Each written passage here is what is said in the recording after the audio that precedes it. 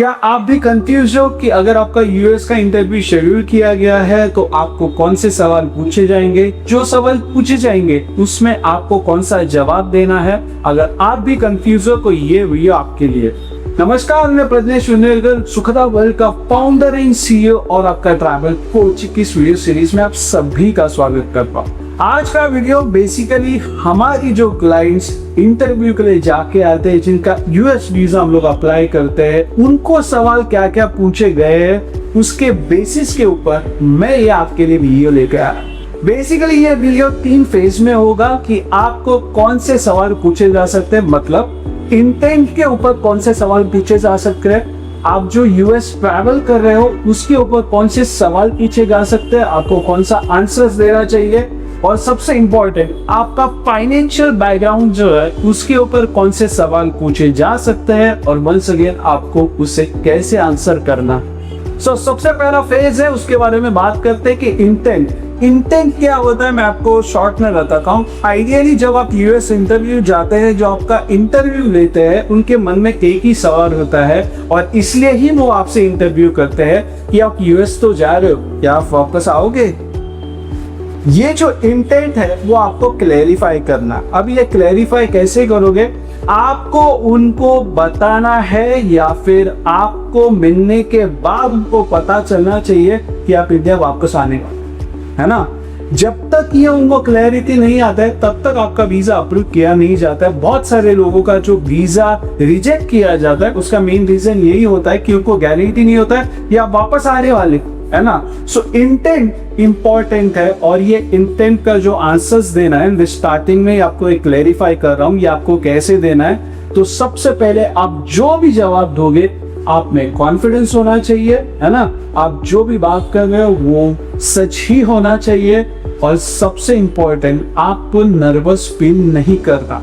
Ideally nervous feel कब होता है वो भी मैं बोलता हूँ, जब आपको जो सवाल पूछे जाते हैं उसका आंसर आपके पास नहीं होता है, कब आप नर्वस फील करते हैं और आप गलत जवाब दे देते हैं। और गलत जवाब मतलब आपका वीजा तो रिजेक्ट होना ही है। सो ये था इंटेंट, जो फर्स्ट मेन फेज था। सो आपको इंटेंट मैंने क्लियर किया। अब बात करते हैं कि आपको सवाल आपको यूएस के ट्रैवल को लेके कौन से पूछे जा सकते हैं। सबसे पहला सवाल जो कॉमन है और जो सबसे ट्रिकी क्वेश्चन है वो आपको पूछा जाता है, आपको यूएस से क्यों ट्रैवल करना, है ना।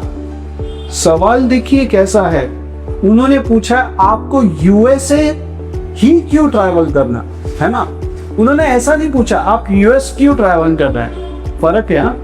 आपको यूएस ही क्यों ट्रैवल करना है तो आपको बैकग्राउंड में आंसर देना पड़ेगा कि मेरा ये कंट्री घूम के हो गया है, राइट। या फिर अगर आप टूरिस्ट वीजा में जा रहे हो तो फिर आप बोल सकते हो कि मेरे ये सब कंट्रीज घूम के हो गए हैं और इसलिए मैं यहाँ पे अभी ट्रैवल करना चाहता हूँ। या फिर आप विजिट वीजा पे जा रहे हो तब आपको बोलना चाहिए मुझे इन्होंने इनवाइट किया है और इनका ऐसा ऐसा फंक्शन है, जैसे कि कॉन्वोकेशन डे होता है, कुछ शादी होता है, कुछ फंक्शन होता है और आपको इनवाइट किया जाता है और आप वहाँ पे ट्रैवल करते हो। तो आपको बेसिकली ये आंसर सही से देना है।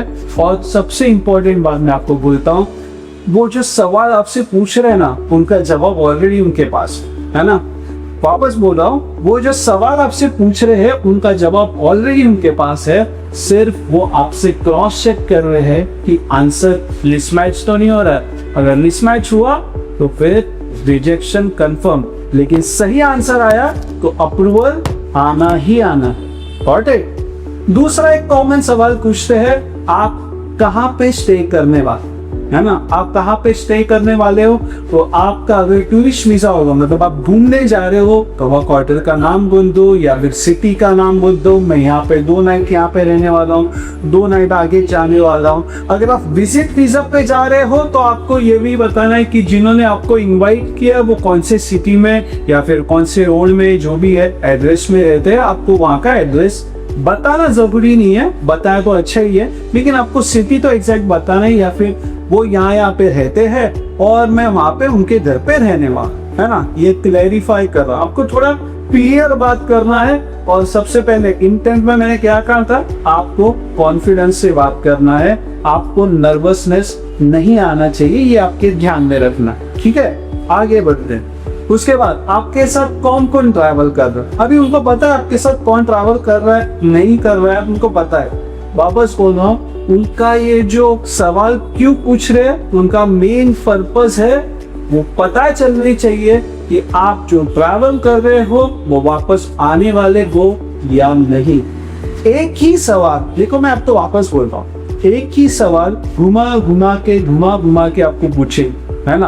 आप क्यों ट्रैवल कर रहे हो, आप कैसे ट्रैवल कर रहे हो, आप वहाँ पे कहाँ रहने वाले हो, आप वहाँ पे कहाँ घूमने वाले हो, है ना।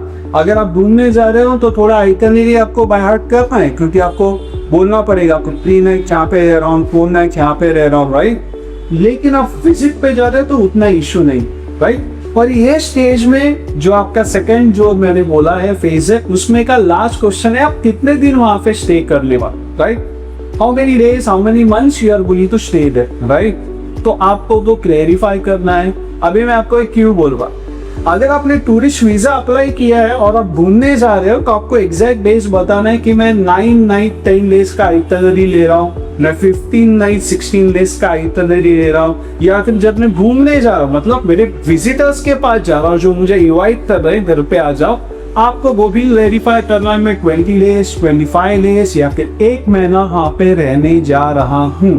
आपको ये अच्छे से क्लैरिफाई करना है। वापस इंटरव्यू हो रहा है क्योंकि उनको पर्पस चाहिए कि आप वापस आने वाले, ठीक है। तो वो हिसाब से आपको सही से आंसर देना। यूजुअली लोग सही से आंसर नहीं देते हैं, कॉन्फिडेंटली आंसर नहीं देते हैं, इसमें उनका रिजेक्शन हो जाता है। सो एक्चुअल में आपको सही कॉन्फिडेंटली, और डर तो होना भी नहीं चाहिए क्योंकि आप सच ही बोल रहे हो, राइट। सो आपको वही वे से आंसर देना।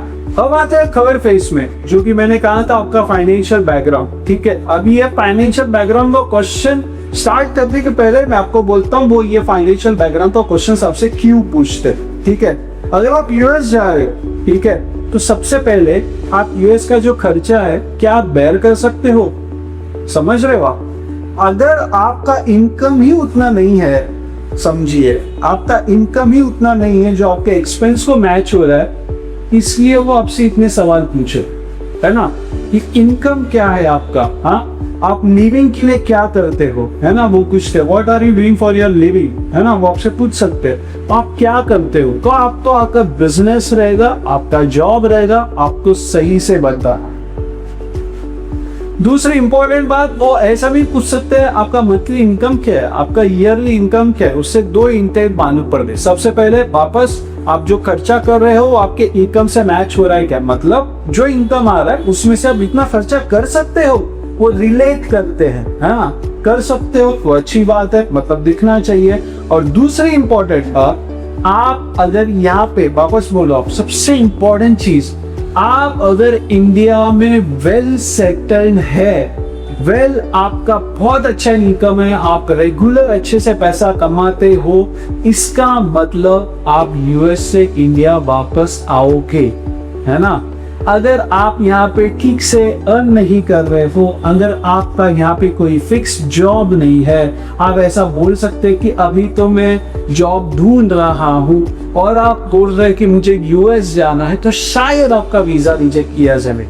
क्योंकि यहाँ पे इंटेंट है ना, फर्स्ट जो देखा था इंटेंट क्या लग रहा है, अरे ये तो बेरोजगार है, ये तो अनएम्प्लॉयड है, मतलब ये यूएस जॉब ढूंढने तो नहीं जा रहा है ना। और ये बेसिकली किन लोगों को प्रॉब्लम आता है वो भी बोलता हूँ, जिनका एज 20 to 25 से रेंज से लेके 40-45 तक है, ज्यादा से ज्यादा 50 पकड़ो, उनका ही वीजा सबसे ज्यादा रिजेक्ट होता है। और रिजेक्ट किनका नहीं होता है, जो 50 प्लस है, 55 प्लस है।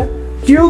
क्योंकि अब ये उम्र में जाके वहां पे वो इजीली को जॉब ढूंढ नहीं सकते, ढूंढा भी वो मिलेगा भी उतना इजीली है, राइट। तो वो लोगों को वीजा इसलिए इजीली मिल जाता है। और जो यंग जनरेशन है, राइट, जो उनके प्राइम एज में है, जो अच्छे से जॉब कर रहे हैं, है ना, उनको वीजा इसलिए नहीं मिलता है क्योंकि उनका इंटेंट उनको लगता है कि क्लियर नहीं। इसलिए आपको कहा जाता है ना कि आपको फाइनेंशियल स्ट्रॉन्ग होना चाहिए। वो क्यों होना चाहिए? इसलिए होना चाहिए क्योंकि उनको लगना चाहिए भाई साहब मैं वापस इंडिया आने वाला हूँ, है ना, मेरा यहाँ पे लाइफ बहुत अच्छी से सेट है, अच्छा मुझे सैलरी अच्छा कमा लेता हूँ, राइट, मेरा जो भी जमीन लिमिट सब कुछ है अच्छा खासा है, सो मैं यहाँ पे वापस आऊंगा, राइट। आप जितना एसेट्स यहाँ पे शो करोगे उतना आपके लिए अच्छा होगा, क्योंकि इतने सारे एसेट छोड़ के आप दूसरे कंट्री में ज्यादा आप रुक नहीं सकते, है ना, राइट। इसलिए आपको ये सही से आंसर देना है। इसी आपको इनकम का जो बैकग्राउंड है वो पूछा जाता है। मैं आपको इतना डिटेल इसलिए बता रहा हूँ कि जो सवाल पूछते हैं ना, आपको लगता है वो आपका मंथली सैलरी पूछ रहे, एक्चुअल वो इशू नहीं है। उनको सब पता है क्योंकि आपने फॉर्म भरकर ऑलरेडी दिया है, राइट। लेकिन उनका इंटेंट क्लियर होना चाहिए, इसलिए मैंने फर्स्ट फेज में इंटेंट क्लियर किया आपको। आपका इंटेंट क्लियर होना चाहिए कि आपका इनकम इतना अच्छा खासा यहाँ पे है तो आप वापस इंडिया आने वाले हो, और अगर मैं वहां पे जा रहा हूँ तो मेरा फाइनेंशियल बैकग्राउंड अच्छा खासा है और मैं वहां पे ट्रैवल कर सकता हूँ। नेक्स्ट क्वेश्चन आपको पूछते हैं, आपको ये टूर पे स्पॉन्सर कौन कर रहा है, ये सब टूर का जो है वो खर्चा कौन उठा रहा है ना, उसे बोलते हैं स्पॉन्सरशिप, राइट। तो ये भी आपको ठीक से आंसर देना है। अगर आप खुद कर रहे हैं तो आपको खुद को बताना है। यूजुअली कभी कभी ऐसा होता है, जो विजिट वीजा होता है, जो आपको इनवाइट करते हैं, वो लिख के देते हैं कि इनका पूरा जो खर्चा है वो हम लोग यहाँ से उठा रहे, उनको सिर्फ यहाँ पे हम लोग इनवाइट कर रहे, जो भी फंक्शन है या फिर जो कुछ है वो कंप्लीट करके वापस इंडिया चले जाएंगे। ये केसेस में आपका वीजा अप्रूवल का चांसेस ज्यादा है। क्यों? क्योंकि जो बंदा वहां पे रह रहा है वही आपका स्पॉन्सरशिप लेगा, है ना। So this is been clarity. और जब आपने ऑलरेडी आंसर बोल दिया कि मेरा स्पॉन्सरशिप वो खुद कर रहे हैं तो कुछ प्रॉब्लम ही नहीं है, राइट। लेकिन आप कर रहे हो तो आपको इनकम का वो सब शो करना पड़ेगा, और इसलिए हमेशा कहते हैं कि आपको वाइट में इनकम इसलिए शो करना चाहिए, तभी वो जाके आपके अकाउंट में, आपके बैलेंस शीट में शो होगा, है ना। जब ये शो नहीं होता है तब आपको पूछ सकते हैं कि आप तो बता रहे कि मैं इतना खर्चा करने वाला हूँ, लेकिन आपके बैंक स्टेटमेंट में ये तो इनकम शो नहीं हो रहा है ना, तब जाके क्लैश होगा। वापस बोल रहा हूँ, आपको जो भी सवाल पूछे जाते हैं उसके जवाब ऑलरेडी उनके पास है, वो सिर्फ आपके साथ क्रीम चेक करते हैं, है ना। दूसरी इंपॉर्टेंट बात आपको पूछा जा सकता है, आपका कोई फैमिली है जो आपको यूएस में पहचानता है? अगर पहचान रहेगा तो ही मुझे, हाँ नहीं रहेगा तो मत बोलिए। आइडियली प्रॉब्लम यह होता है कि हम लोग ऐसे आदमी का नाम लेते हैं जो आज आपके कांटेक्ट में भी नहीं है ना, और अगर उन्होंने पूछा अच्छा उनके बारे में और डिटेल बताइए, तो शायद आप उनसे बात भी नहीं करते, आपको सिर्फ इतना ही पता है कि वो यूएस में ये सिटी में रह रहा है, बस उसके आगे क्या आप बोलो, है ना, कहाँ काम करता है, वो क्या करता है, उसने पूछा तो आप शायद डिटेल बता नहीं पाओगे। बोलने का मतलब इतना ही है, अगर आपको मालूम है कोई बताइए, नहीं मालूम है तो बोलिए कि मुझे नहीं पता।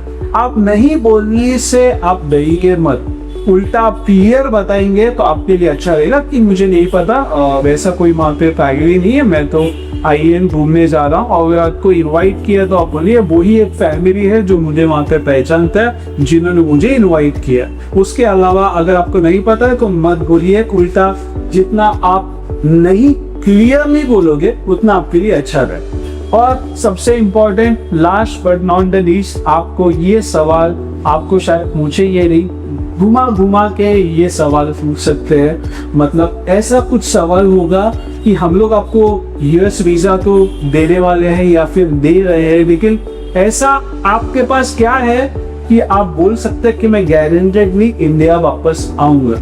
तो ये सवाल का जो आंसर है वो कैसा रहना चाहिए मैं आपको बोलता हूँ। आप बोल सकते हैं कि पूरा फैमिली मेरा यहाँ पे रहता है, राइट, मेरे एसेट्स ऑलरेडी इंडिया में ही है, सो मेरा फैमिली, मेरे बच्चे, मेरी वाइफ, मेरी मॉम डैड जो भी है वो ऑलरेडी मैं उनके साथ ही यहाँ पे रहता हूँ, और मेरा ऑलरेडी एसेट्स वैल्यू यहाँ पे इतना खासा अच्छा है, तो इसका मतलब मैं तो वापस इंडिया में आने ही वाला। सो आइडियली ये सवाल ऐसा डायरेक्टली आपको शायद पूछे के नहीं, लेकिन वंस अगेन जो सवाल आपको पूछ रहे हैं कि उसका रियल आंसर उनको यही चाहिए होता। आशा करता हूँ कि ये वीडियो देखने के बाद आपको एक क्लैरिटी मिल गया होगा कि क्या सवाल पूछे जा सकते हैं और उसका क्या आंसर्स देना है। सो ऑन टाइम आपके इंटरव्यू जाइए, जो दिन जाओगे वो दिन के पहले आप कुछ क्वेश्चंस जरूर उसके क्वेश्चंस और उसके आंसर्स प्रैक्टिस करना मत भूलना, ताकि आप वहां पे जाके आपको नर्वसनेस फील होना नहीं चाहिए। वैसे अगर आपको यूएस या फिर और कोई वीजा अगर आपको अप्लाई करना है तो दिए नंबर पे कॉल कीजिए और आपका वीजा अप्लाई कीजिए। मिलते हैं अगले वीडियो में एक नए टॉपिक के साथ, तब तक के लिए नमस्कार।